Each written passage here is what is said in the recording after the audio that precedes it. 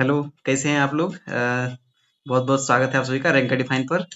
देखिए, इससे पहले जो है हम लोग महात्मा गांधी से संबंधित जितने भी आपको फैक्ट थे, उन सभी को देखा था। फिर हम लोगों ने उसके बाद डॉक्टर अंबेडकर साहब, उनसे संबंधित फैक्ट को देखा था। आज हम लोग देखिए राजा राम मोहन राय से संबंधित जितने भी फैक्ट हैं, उन सारे फैक्ट को देखने वाले हैं और ये नोट्स जो है आपको मैंने आप लोगों के लिए तैयार किया है। देखिए स्पेक्ट्रम की जो आपकी बुक है, वहाँ से फैक्ट लिए हैं, एनसीईआरटी से लिए हैं, प्लस आपको बीपीएससी पीवाईक्यू जो है, उसके भी आपको क्वेश्चन इसमें देखने को मिलेंगे, क्वेश्चन कहाँ से पूछा गया था, ठीक है?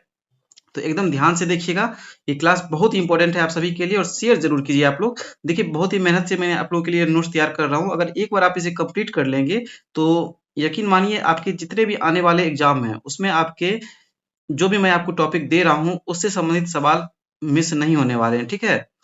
तो जैसे आप लोग पढ़ रहे हैं, जैसे भी क्लास से या फिर ऑनलाइन क्लास या फिर सेल्फ स्टडी जो भी कर रहे हैं, जो आप जॉब करने वाले हैं या फिर जो मतलब घर पे रह के पढ़ रहे हैं, तो वो सभी जैसे पढ़ रहे हैं आप लोग पढ़ते रहिए। साथ में जो मैं आपको ये नोट्स दे रहा हूँ इसे जरूर आप देखिए, ये आपके बहुत काम आने वाली है, ठीक है?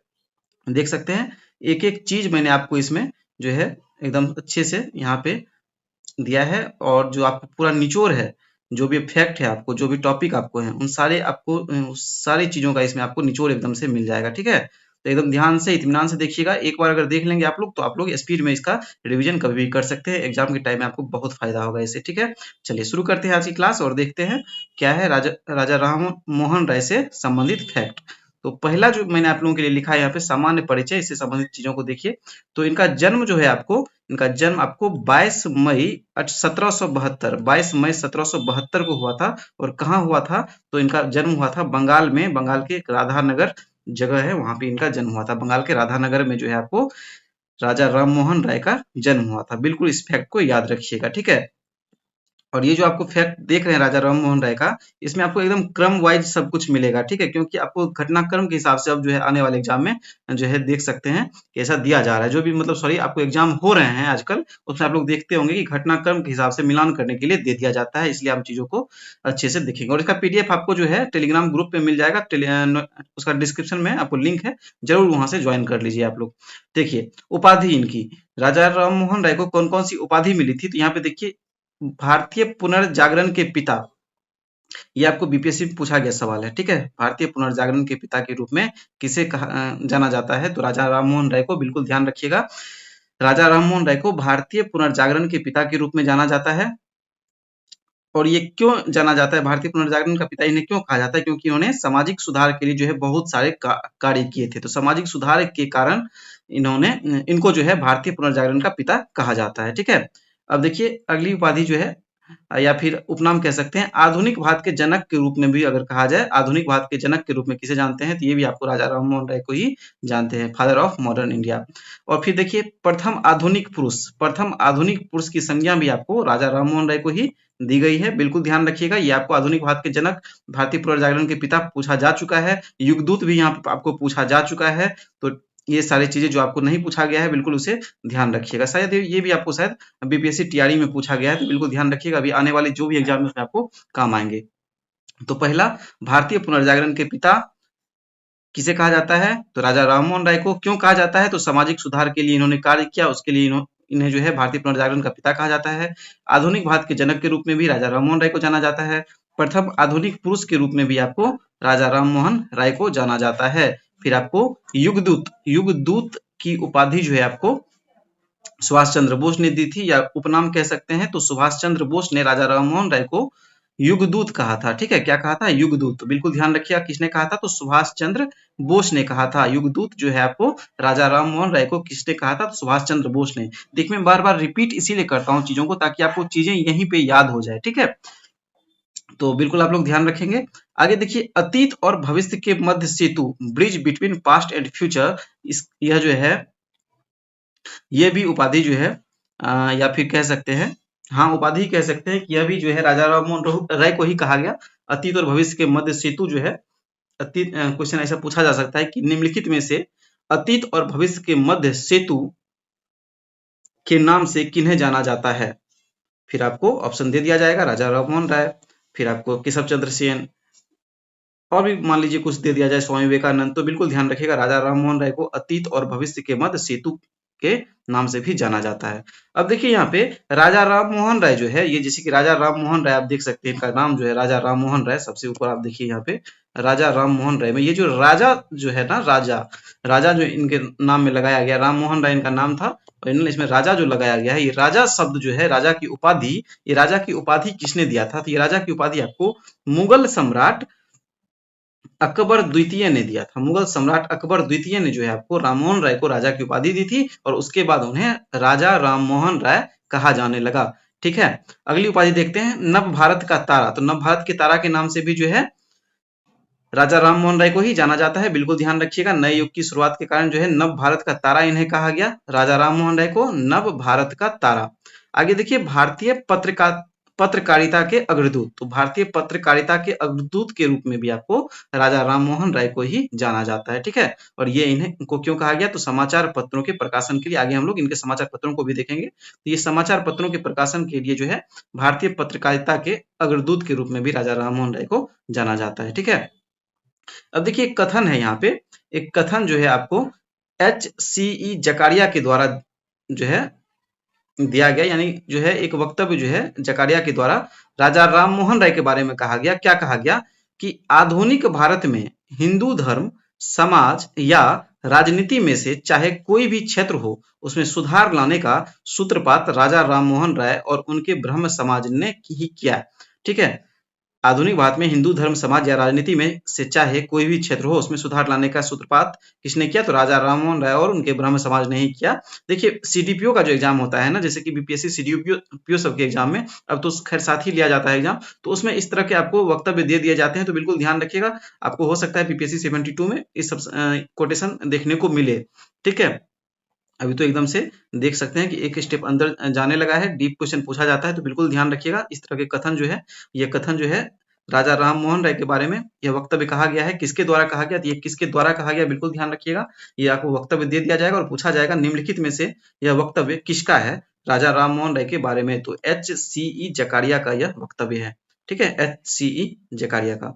देखिए बहुत ही मेहनत से मैं आप लोगों के लिए नोट्स बनाता हूँ, तो आप लोग प्लीज सब्सक्राइब जरूर कीजिए, शेयर कर दिया कीजिए, ताकि और भी लोग जो है जुड़ सकें, क्योंकि बहुत दिन बाद जो है आपको यह चैनल जो है, इस चैनल पे मैं आपको बहुत दिन बाद तो नहीं, एडीओ के एग्जाम के बाद जो है मैं आपको फिर से ये नोट्स दे रहा हूँ और ये कंटिन्यू अब चलेगी यह नोट्स। ठीक है, आपके जो जितने भी बीपीएससी के एग्जाम हो गए, बीएसएससी के एग्जाम हो गए, इन सब के एग्जाम तक आपको नोट्स जो है प्रोवाइड करवा दिए जाएंगे, कराए जाएंगे इस तरह के, और ये आपके बहुत काम आने वाली है। आप लोग खुद इन चीजों को समझ रहे होंगे और इस नोट्स को बनाने में, फिर आपको वीडियो बनाने में भी बहुत ज्यादा मेहनत लगती है, तो आप लोग अप्रिशिएट जरूर क्या कीजिए, आप लोग कमेंट के माध्यम से पूछे गए सवालों के जवाब के आंसर दीजिए, सॉरी मतलब सवालों के जवाब दीजिए आप लोग, और शेयर कीजिए जरूर ताकि और भी लोग जुड़ सकें। आगे देखिए, प्रमुख संस्थाएं और स्थापना देखते हैं। प्रमुख संस्थाएं और स्थापना, जो आपको राजा राममोहन राय के द्वारा जो प्रमुख संस्थाएं इनके द्वारा गठित की गई और उनका स्थापना कब हुआ था, जिसे हम लोग देखते हैं। देखिए यहाँ पे वर्ष है, यहाँ पे संस्था या संगठन का नाम है और यहाँ इसका मुख्य उद्देश्य क्या था, इसे हम लोग देखेंगे। तो 1815 ईस्वी में आपको 1815 में आत्मीय सभा क्वेश्चन पूछा जा चुका है, आत्मीय सभा की स्थापना किसने की थी? तो आपको राजा राममोहन राय ने। तो आत्मीय सभा की स्थापना आपको 1815 ईस्वी में राजा राममोहन राय ने की थी। बहुत बार पूछा गया है मित्रों का समाज, तो ये मित्रों का समाज आत्मीय सभा को ही कहा जाता था। ठीक है, तो बिल्कुल ध्यान रखिएगा, आपसे पूछा जा सकता है मित्रों का समाज का संबंध निम्नलिखित में से किससे है? ठीक है, आत्मीय सभा, ब्रह्म समाज और भी कुछ दे दिया जाए, तो आप लोग बिल्कुल ध्यान रखिएगा, मित्रों का समाज का संबंध आत्मीय सभा से है, या आत्मीय सभा को ही मित्रों का समाज कहा जाता था। और इसका मुख्य उद्देश्य जो है इसमें एकेश्वरवाद यानी एक ईश्वर का प्रचार प्रसार इसमें था। इसके तहत जो है आत्मीय सभा के द्वारा एक ईश्वर के प्रचार प्रसार किए जाते थे, तो इसे बिल्कुल ध्यान रखिएगा। 1815, अब देखिए ये क्रम बिल्कुल ध्यान रखिएगा, जैसे मैं ये इस भी दे रहा हूँ, 1815 हो गया, 1817, 1825, आपको मिलान करने के लिए दे दिया जाएगा, या फिर ये चीजें आपको लिख दी जाएंगी और कह दिया जाएगा कि राजा राममोहन राय से संबंधित इन सभी तथ्यों का घटनाक्रम के अनुसार मिलान करें या इसे सजाएं। फिर नीचे आपको option A B C D में ए का 1, बी का 2, इस तरह से जो क्वेश्चन आपके बनते हैं, आप लोग टेस्ट सीरीज दे रहे होंगे, समझ ही रहे होंगे इन चीजों को, तो बिल्कुल इन चीजों को ध्यान रखिएगा। तो 1815 में राजा राममोहन राय ने आत्मीय सभा, पहले मैं एक बार पढ़ देता हूँ ताकि चीजें आपको एक बार दिमाग में आ जाए, फिर हम लोग डिटेल में देखेंगे। 1815 आत्मीय सभा, 1817 हिंदू कॉलेज, 1825 वेदांत कॉलेज, 1828 ब्रह्म समाज। फिर से एक बार पढ़िए, 1815 आत्मीय सभा, 1817 हिंदू कॉलेज, 1825 वेदांत कॉलेज, 1828 ब्रह्म समाज। ठीक है, अब देखिए यहाँ पे 1815 आत्मीय सभा के बारे में हम लोग देख चुके हैं। 1817 में जो है इन्होंने हिंदू कॉलेज की स्थापना की, कहाँ पे, तो कलकत्ता में की। और ये किसके सहयोग से, तो डेविड हेयर के सहयोग से इन्होंने हिंदू कॉलेज की स्थापना जो है आपको कहाँ पे की, तो कलकत्ता में की। बिल्कुल इसे ध्यान रखिएगा, ठीक है। आगे देखिए 1825 ईस्वी में इन्होंने वेदांत कॉलेज का स्थापना किया और इसका उद्देश्य जो था भारतीय एवं पाश्चात्य दर्शन की शिक्षा देना जो है इसका उद्देश्य था। फिर इन्होंने 20 अगस्त 1828 को 20 अगस्त 1828 को ब्रह्म समाज की स्थापना की, ठीक है, जिसमें आपको मूर्ति पूजा व कर्म कांड का विरोध किया गया था इसके अंतर्गत, ठीक है। तो मूर्ति पूजा व कर्म कांड का विरोध किसके अंतर्गत किया गया था, तो ब्रह्म समाज के अंतर्गत। और ये राजा राममोहन राय के द्वारा स्थापित किया गया था, कब, तो 20 अगस्त 1828 को। बिल्कुल ध्यान रखिएगा इन डेट को। अब देखिए पत्र पत्रिकाएं एवं पुस्तक से संबंधित चीजों को यहाँ पे देखते हैं। पत्र पत्रिका एवं पुस्तक बहुत ही इंपॉर्टेंट है ये भी। तो आपको यहाँ पे सबसे पहले पत्रिकाएं देखिए। सबसे पहले पत्रिकाओं में कौमुदी संवाद कौमुदी जो है आपको 1821 ईस्वी में आया था। 1821 में बंगाली भाषा में आया था, ठीक है। और ये क्यों आया था, तो सती प्रथा के विरोध में यह मुख्य पत्र जो है यह निकाला गया था। तो बिल्कुल ध्यान रखिएगा, सती प्रथा के विरोध में जो है कौन सा पत्र निकाला गया था, तो संवाद कौमुदी निकाला गया था राजा राममोहन राय के द्वारा, कब, तो 1821 ईस्वी में। और ये किस भाषा में यह पत्रिका था, तो ये आपको बंगाली भाषा में था। ये बिल्कुल आपको ध्यान रखना है, बंगाली भाषा में आपको जो है संवाद कौमुदी को जो है निकाला गया था, ठीक है। सती प्रथा के विरोध को जो है इसमें दिखाया गया था। अब देखिए मिरातुल अखबार क्वेश्चन पूछा जा चुका है। ये आपको पत्रिका से क्वेश्चन पूछा जा चुका है और ये ऐसा टॉपिक है यहाँ से बार बार सवाल आपको आते हैं। तो मिरातुल अखबार जो है आपको ये 1822 में आया था। दो यहाँ पे पत्रिका देख सकते हैं, एक 1821 में और दूसरा 1822 में। तो मिरातुल अखबार आपको फारसी भाषा में जो है ये प्रथम समाचार पत्र था, ठीक है। फारसी भाषा का प्रथम समाचार पत्र आपको कौन सा था, तो मिरातुल अखबार था। बिल्कुल ध्यान रखिएगा इन चीजों को, ठीक है। चलिए आगे बढ़ते हैं। आगे देखिए एक और जो है यहाँ पे बंगदूत भी पत्रिका थी इन्हीं की। यहाँ पे ये बंगदूत भी जो इन्हीं की पत्रिका थी। ये जो है आपको 1829 ईस्वी में आया था और ये हिंदी, बंगाली और फारसी तीनों भाषा में ये आया था। तो इन तीनों चीजों को आप लोग इसका स्क्रीनशॉट भी ले सकते हैं, ठीक है। तो ये आपको तीन पत्रिकाएं जो है आपको राजा राममोहन राय के द्वारा निकाला गया था और इसका डेट भी बिल्कुल याद रखिएगा। संवाद कौमुदी 1821, मिरातुल अखबार 1822 और बंगदूत 1829। और ये किस भाषा में था ये भी इंपॉर्टेंट होता है, तो बिल्कुल इसे भी ध्यान रखिएगा, ठीक है। चलिए आगे बढ़ते हैं। यहाँ पे देखिए प्रमुख पुस्तकें कौन कौन सी पुस्तकें जो है आपको राजा राममोहन राय से संबंधित है, तो यहाँ पे आपको लिखा गया है तुहफत उल मुवाहिदीन, तुहफत उल मुवाहिदीन, ठीक है। और ये कब आया था, तो 1809 ईस्वी में। कब आया था, तो 1809 ईस्वी में आया था। तुहफत उल मुवाहिदीन फारसी में आया था, ठीक है। और इसका अंग्रेजी अनुवाद जो किया गया था, अंग्रेजी अनुवाद, इसे बिल्कुल ध्यान रखिएगा, अंग्रेजी अनुवाद जो है किस नाम से किया गया था, a gift to monotheists, a gift to monotheists, ठीक है। तो आपसे क्वेश्चन ये रहता है, पूछा जाता है कि ये देखिए अभी टेस्ट सीरीज में भी आप लोग देख रहे होंगे, ये क्वेश्चन बहुत बार बार आया है क्योंकि मैं देख रहा हूँ इन चीजों को। तो एक गिफ्ट ऑफ मोनोथेइस्ट जो है निम्नलिखित में से किस पुस्तक का अंग्रेजी अनुवाद था, तो बिल्कुल ध्यान रखिएगा तुहफत उल मुवाहिदीन का, ठीक है। और फिर आपको दूसरा जो पुस्तक है इनका precepts of Jesus, precepts of Jesus, ये आपको 1820 में आया था। ईसाई धर्म के आवंडरों पर प्रहार, ठीक है। ईसाई धर्म के आवंडर जो थे, यानी कि आवंडर कहने का मतलब कि उसका जो प्रोपोगेंडा था एक तरह से, उस पे जो है प्रहार किया गया था। उनके बारे में जो है उनका विरोध इनमें उसमें इस पुस्तक में इन्होंने दिखाया था, ठीक है, किया था इन्होंने प्रीसेप्ट्स ऑफ जीसस के माध्यम से। तो ये भी बिल्कुल ध्यान रखिएगा, ईसाई धर्म के आवंडरों पे प्रहार पर जो है राजा राममोहन राय के द्वारा कौन सा बुक निकाला गया था, तो प्रीसेप्ट्स ऑफ जीसस। इस तरह से आप लोग अपने दिमाग से कुछ कुछ सोच के इन चीजों को याद रखिएगा। बहुत ही इंपॉर्टेंट फैक्ट ये आप लोग देख ही सकते हैं। सारी चीजें आपको यहाँ पे जरूरी है, कोई भी आपको इसमें इधर उधर की चीजें नहीं मिलेंगी इस नोट्स में। तो बिल्कुल इसे ध्यान रखिएगा और शेयर जरूर कीजिएगा आप लोग। अब देखिए यहाँ पे सामाजिक सुधार और सती प्रथा। अब सामाजिक सुधार और सती प्रथा के बारे में आप लोग तो जानते हैं, यहाँ पे इसमें राजा राममोहन राय का बहुत बड़ा योगदान था। तो सती प्रथा के उन्मूलन से संबंधित यहाँ पे फैक्ट है, इसे पढ़िए। इनके अथक प्रयासों से governor general Lord William Bentinck ने 4 दिसंबर 1819 4 दिसंबर 1819 को जो है आपको सती प्रथा को गैर कानूनी घोषित किया। और इसमें जो है कौन सा नियम, तो किस नियम के तहत, तो रूल 17 या नियम 17 के तहत इन्होंने जो है सती प्रथा को गैर कानूनी घोषित किया। और कौन क्या गैर कानूनी घोषित, तो आपको governor general Lord William Bentinck ने, ठीक है। बिल्कुल ध्यान रखिएगा। आपसे क्वेश्चन पूछा जाता है कि राजा राममोहन राय ने किसकी सहायता से सती प्रथा का के उन्मूलन किया, या फिर इस तरह से कुछ क्वेश्चन बनता है आपका, आप लोग देख ही रहे होंगे टेस्ट सीरीज में भी। तो लॉर्ड विलियम बेंटिक की सहायता से राजा राममोहन राय ने सती प्रथा के उन्मूलन को जो है सती प्रथा का उन्मूलन किया। ठीक है, बिल्कुल ये डेट याद रखिएगा, 4 दिसंबर 1819 नियम 17 के तहत। ठीक है, गैर कानूनी घोषित किया गया। अब देखिए, सबसे पहले जो है यह बंगाल प्रेसिडेंसी में लागू हुआ, फिर 1830 में बंबई और मद्रास में। ये जो सती प्रथा का जो है, सती प्रथा को गैर कानूनी जो घोषित किया गया, ये सबसे पहले लागू कहाँ पे हो गया, तो बंगाल प्रेसिडेंसी में। देख सकते हैं, आपको एकदम टॉपिक वाइज यहाँ पे दिया गया है।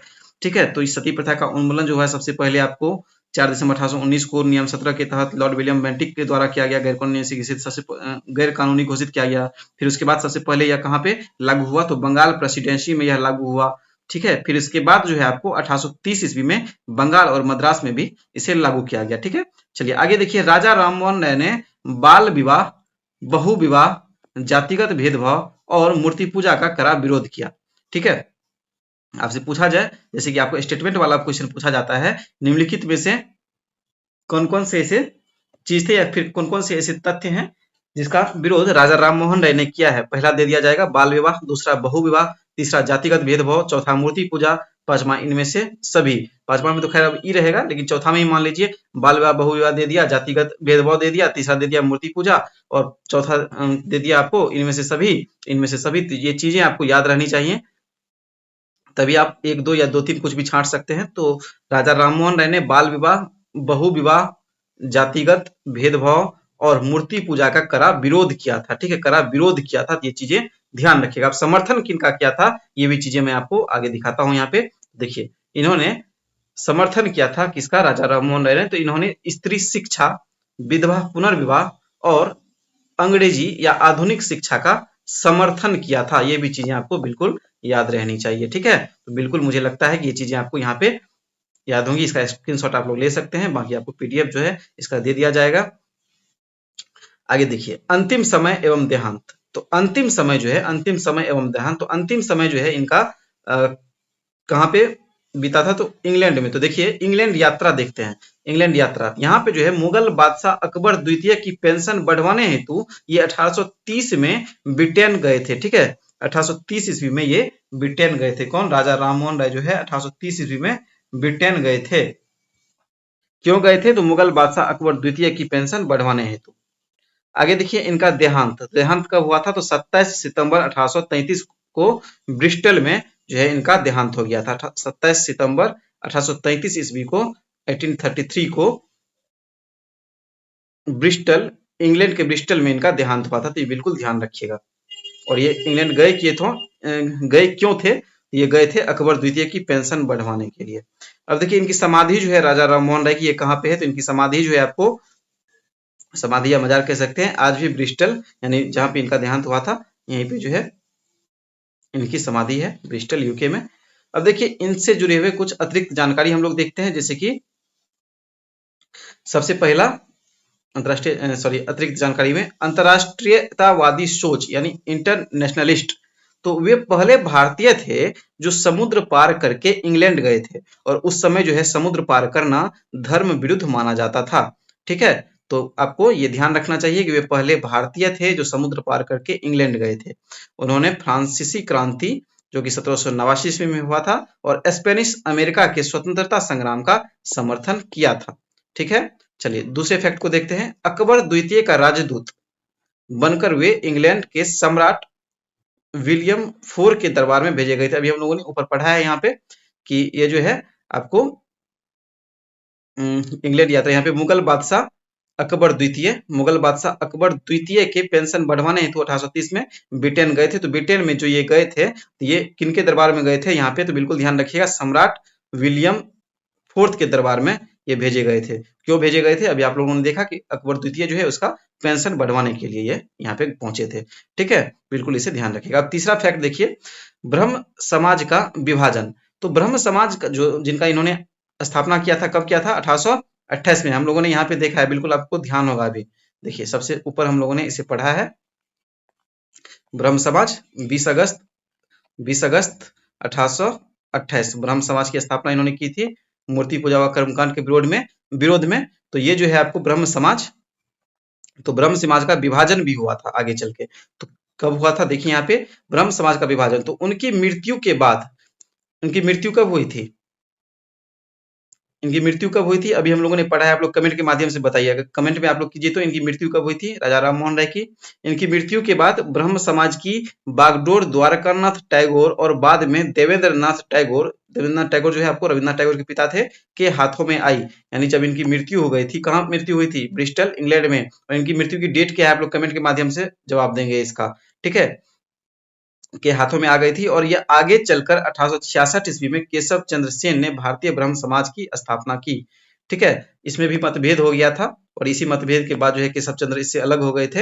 यहाँ पे जब देख रहे हैं आप लोग कि उनकी जब मृत्यु हुई थी राजा राम मोहन राय की, उसके बाद ब्रह्म समाज की बागडोर जो है द्वारकानाथ टैगोर और देवेंद्रनाथ टैगोर के हाथों में आ गई थी। उसी में जो है आपको केशव चंद्र सेन भी जो है सहयोगी थे, लेकिन आगे चलकर इसी में जो है मतभेद हो गया था। उसके बाद केशव चंद्र सेन ने जो है 1866 ईस्वी में, बिल्कुल ध्यान रखिएगा, केशव चंद्र सेन ने 1866 ईस्वी में भारतीय ब्रह्म समाज की स्थापना इन्होंने की, ठीक है। अब देखिए एक जूरी एक्ट के बारे में फैक्ट देखते हैं। जूरी एक्ट 1866, तो 1826 ईस्वी में अंग्रेजों द्वारा लाए गए जूरी एक्ट, जिसमें 1800 यहाँ पे 26 होगा, में लाए गए जूरी एक्ट जिसमें धार्मिक आधार पर अदालतों में भेदभाव किया गया था, का राजा राममोहन राय ने कड़ा विरोध किया था, ठीक है। तो बिल्कुल इसे ध्यान रखिएगा। आगे देखिए एक कथन यहाँ पे है, कथन इस तरह से पूछे जाते हैं आजकल आपको एग्जाम में, तो इसलिए मैंने यहाँ पे कथन भी आपके लिए लिखा है कि राजा राममोहन राय का कथन क्या क्या था, इन्होंने कौन कौन से वक्तव्य यानी कथन इन्होंने कहे थे। तो देखिए पहला कथन जो है, मानव सभ्यता का आदर्श अलग अलग रहने में नहीं बल्कि चिंतन तथा क्रिया के सभी क्षेत्रों में व्यक्तियों और राष्ट्रों के आपसी भाईचारे में ही है। यह कथन किसका है, तो यह कथन राजा राममोहन राय का है, बिल्कुल इसे ध्यान रखिएगा। आगे देखिए दूसरा कथन देखते हैं। मुझे कहते हुए दुख होता है कि वर्तमान समय में हिंदुओं की जो धार्मिक व्यवस्था है वह ऐसी नहीं है कि हिंदुओं के राजनीतिक हितों का पक्ष पोषण कर सके। मैं समझता हूं कि इन परिस्थितियों में हिंदू धर्म में कुछ परिवर्तन अपेक्षित हैं, जिससे हिंदुओं को कुछ राजनीतिक लाभ एवं सामाजिक बल मिल सके। यह कथन भी जो है आपको, यह कथन भी किनका है, यह कथन भी आपको राजा राममोहन राय का ही है। तो बिल्कुल इसे भी आप लोग ध्यान रखेंगे, ये दोनों कथन आपको राजा राममोहन राय का है, ठीक है। यहाँ आप लोग इसका स्क्रीनशॉट भी ले सकते हैं पढ़ने के लिए। आगे देखिए एक और कथन देखते हैं, केशव चंद्र सेन से संबंधित, जिन्होंने भारतीय ब्रह्म समाज का स्थापना किया था। तो इनका भी एक कथन है कि ईश्वर की सच्ची उपासना वही है जिससे न केवल उस व्यक्ति विशेष का अपितु समस्त मानव जाति का कल्याण हो सके। ये बिल्कुल ध्यान रखिएगा वक्तव्य, ईश्वर की सच्ची उपासना वही है जिससे न केवल उस व्यक्ति विशेष का अपितु समस्त मानव जाति का कल्याण हो सके, ठीक है। तो इसी के साथ यह नोट्स जो है खत्म होता है। आज राजा राममोहन राय से संबंधित हम लोगों ने इसमें फैक्ट्स को देखा है, तो बिल्कुल आप लोग इसे अच्छे से पढ़ेंगे और टेलीग्राम ग्रुप ज्वाइन कर लेंगे और ज्यादा से ज्यादा इसे शेयर करेंगे ताकि सभी लोगों तक यह पहुंचे, जितने भी पढ़ने वाले स्टूडेंट हैं और सभी लोग इसमें जुड़ सकें, ठीक है। और अगला टॉपिक कौन सा होना चाहिए, आप लोग किस पे चाहते हैं अगला टॉपिक हो, तो आप लोग कमेंट में जरूर बताइए, ठीक है, ताकि मैं उस पे जो है अगला टॉपिक पे सर्च करके हर एक जगह से आपको इस तरह के फैक्ट्स जो है निकाल के दे सकूं, ठीक है। चलिए मिलते हैं हम लोग नेक्स्ट क्लास में, ओके।